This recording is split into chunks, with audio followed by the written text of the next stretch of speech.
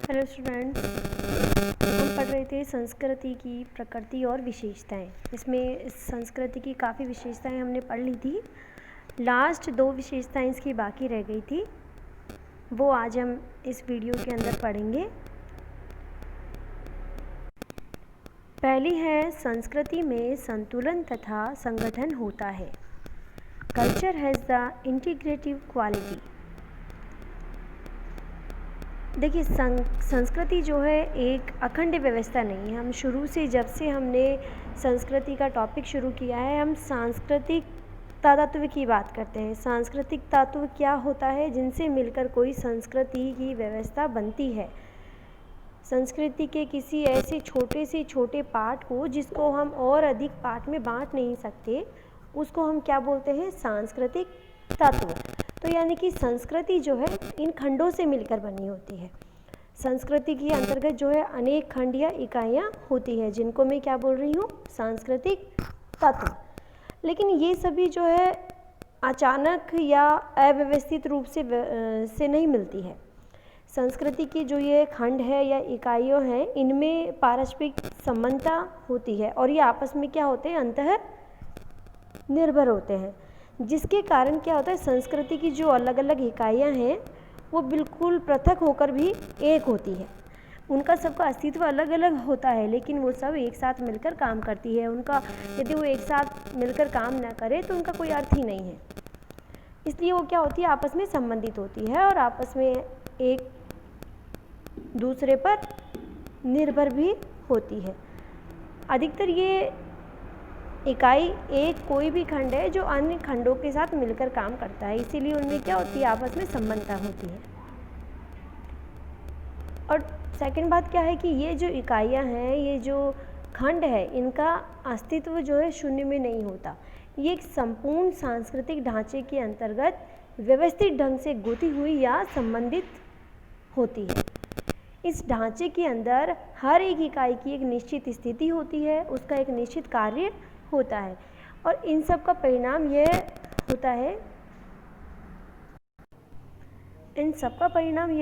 होता है कि संस्कृति के संपूर्ण ढांचे में संतुलन और संगठन होता है, क्योंकि संस्कृति की विभिन्न इकाइयाँ आपस में संबंधित होती है और एक दूसरे पर आधारित होती है। इस वजह से क्या है? संस्कृति के एक भाग में कोई भी परिवर्तन होगा तो उसका कुछ न कुछ असर, उसका कुछ न कुछ प्रभाव जो है दूसरे भागों पर भी अवश्य रूप से पड़ता है। ठीक है, इसलिए इन शॉर्ट हम ये बोल सकते हैं कि संस्कृति के विभिन्न भागों या इकाइयों में एक रूपता की ओर क्या होता है? खिंचाव होता है, जिसके फलस्वरूप क्या होता है? ये अलग अलग भाग एक साथ मिलके काम करते हैं और एक बहुत कुछ पूर्ण रूप से संगठित एक समग्रता या व्यवस्था को ये खंड बनाते हैं। ये संपूर्ण समग्रता ही क्या होती है? संस्कृति होती है। संस्कृति की ये विशेषता सादे, छोटे या अलग समाजों में अधिक स्पष्ट रूप से हमको देखने को मिलती है, क्योंकि ऐसे समाजों में तनाव उत्पन्न करने वाली जो शक्तियाँ हैं वो बहुत कम होती है और संस्कृति के जो अलग अलग पक्ष तथा उसके जो खंड है, उनमें जो है ज़्यादा जल्दी रूप से परिवर्तन करना संभव नहीं होता है। इसलिए ऐसे समाजों में हम उनको अधिक स्पष्ट रूप से देख सकते हैं। दूसरी विशेषता हमने ली है कि संस्कृति जो है अधिवैयक्तिक तथा अधिसावयव है। Culture is both super individual and super organic. संस्कृति की ये बहुत ही महत्वपूर्ण विशेषता है कि ये जो है अधिवैयक्तिक और अधिसावयव दोनों ही हैं। अब इसमें से पहले हम देखते हैं कि अधिवैयक्तिक संस्कृति अधिवैयक्तिक कैसे है। व्यक्ति जो है संस्कृति का वाहक है। हमें पता है, हम पढ़ रहे हैं जब से हमने ये अपना टॉपिक स्टार्ट किया है कि मानव जो है संस्कृति को बनाने वाला है। तो जो वे व्यक्ति है वही क्या हो गया? संस्कृति का वाहक है।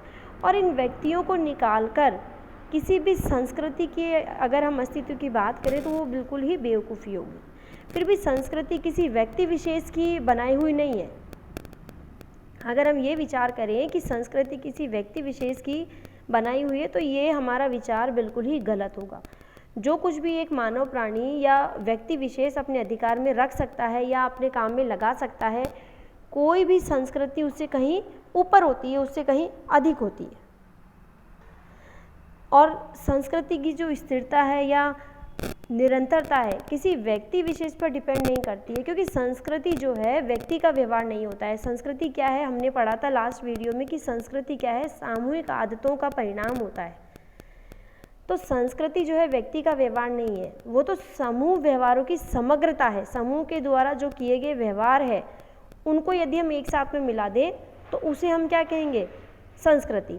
एक व्यक्तिगत आदत या एक व्यक्ति के व्यवहार की जो विधि है उस व्यक्ति की मृत्यु के बाद ही वो समाप्त हो जाती है, लेकिन जो सामूहिक आदत है या सामूहिक व्यवहार है उनकी कंटिन्यूटी जो है ख़त्म नहीं होती है। ठीक है, समूह में जो विचार बने हुए हैं, समूह में जो प्रथा है, अगर समाज में से कोई व्यक्ति ख़त्म होता है तो उसके ख़त्म होने के साथ ही वो प्रथा ख़त्म नहीं होती है, बल्कि वो वैसे ही आगे चलती रहती है। तो जो सामूहिक व्यवहार है, सामूहिक आदत है, वही क्या होती है, संस्कृति होती है। जबकि जो व्यक्तिगत आदत है या व्यक्तिगत व्यवहार है वो कभी भी संस्कृति नहीं होती है। अब क्योंकि संस्कृति की रचना और इसकी कंटिन्यूटी दोनों ही किसी व्यक्ति विशेष पर डिपेंड नहीं करती है, इसलिए ये संस्कृति क्या हो गई, अधिव्यक्तिक, यानी कि सुपर इंडिविजुअल।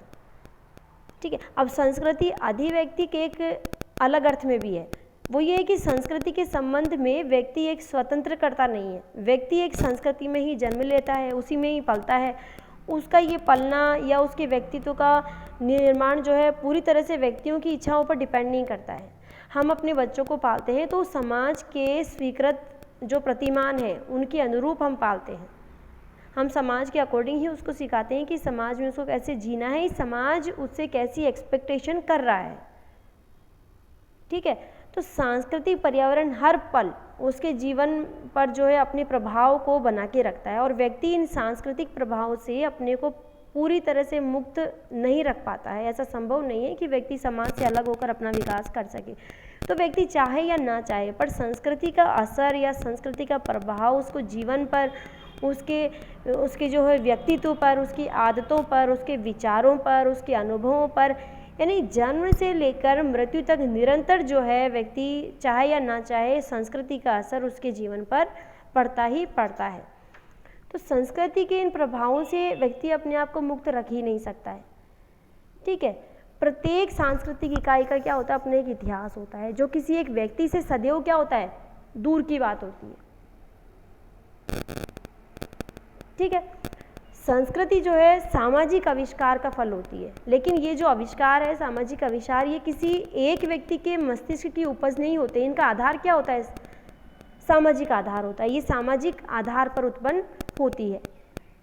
ठीक है, इसलिए संस्कृति क्या है, अधिव्यक्तिक है समझ में।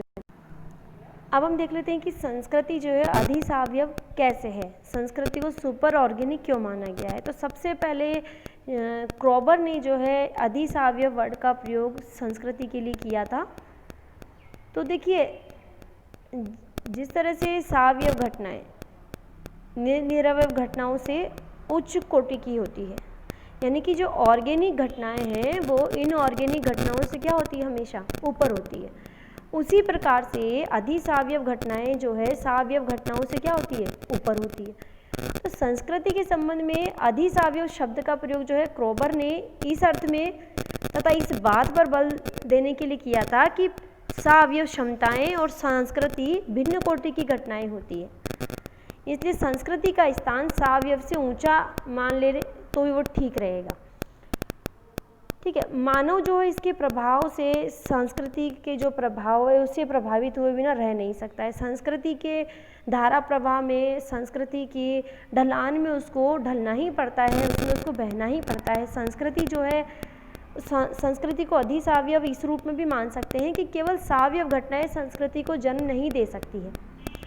अगर ये संभव होता कि सिर्फ सावयव घटनाएं ही संस्कृति को जन्म दे सकती है तो सभी पशु जो है संस्कृति के अधिकारी होते हैं। हमने पढ़ा था कि पशु और मानव में संस्कृति को लेकर किस तरह से अंतर है, ये पिछले वीडियो में हमने पढ़ा था। तो पशु भी क्या है, समाज में रहते हैं, पर वे संस्कृति को रखते नहीं है, क्योंकि संस्कृति जैसे हमने पहले कहा था कि शारीरिक विशेषताओं की तरह जो है जन्म से मनुष्य को नहीं मिलती है।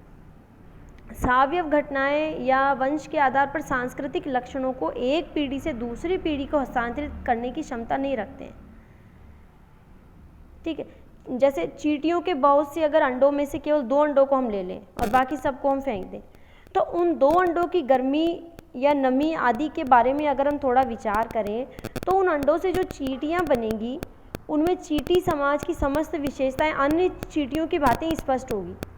ठीक है, उनमें क्षमता, शक्ति या फिर उनकी एक्टिविटी, किसी भी विषय के बारे में कोई कमी नहीं होगी। लेकिन एक बहुत ही सर्वाधिक सभ्य राष्ट्र के सर्वोच्च वर्ग में से सर्वोत्तम वंशानुक्रम वाले 200-400 मानव शिशुओं को चुनकर एक रेगिस्तानी प्रदेश या एक ऐसे सुनसान जगह पर उसको रख दें और उनको खाने पीने रहने आदि की चीज़ों को हम दें वहीं पर, और लेकिन उनको आपस में बिल्कुल अलग रखें, तो ये बिल्कुल सच है, ये बिल्कुल सही है कि वो शिशु, वो बच्चे उम्र में तो बढ़ते रहेंगे परंतु उनमें किसी और चीज़ का विकास भी नहीं होगा। जिस संस्कृति, जिस भाषा, जिस रहन सहन, जिस विचार, जिस भावनाओं को वो समाज के लोगों के साथ रहकर सीख सकता था, यदि उन्हीं बच्चों को हम बिल्कुल सुनसान जगह पर अकेले बड़े होने के लिए छोड़ दें, तो वो चीज़ उसके अंदर बिल्कुल भी नहीं आएगी। वो बिल्कुल एक पशु के समान रहेगा। मतलब वो 100% तो क्या, उसका एक 1/3 पार्ट भी, उसका एक कण भी उसको प्राप्त नहीं होगा अगर उसको हम अपने समाज से, हमारे कल्चर से बिल्कुल अलग रखें। ठीक है, वो क्या होगा, कला, उसमें भाषा, ज्ञान, विज्ञान, धर्म, इन सबसे बिल्कुल हटकर वो एक गूंगों का एक क्या होगा, झुंड ही बन जाएगा सिर्फ, अगर उनको अलग अलग रहते हुए बाद में एक साथ में मिला के हम देखें तो।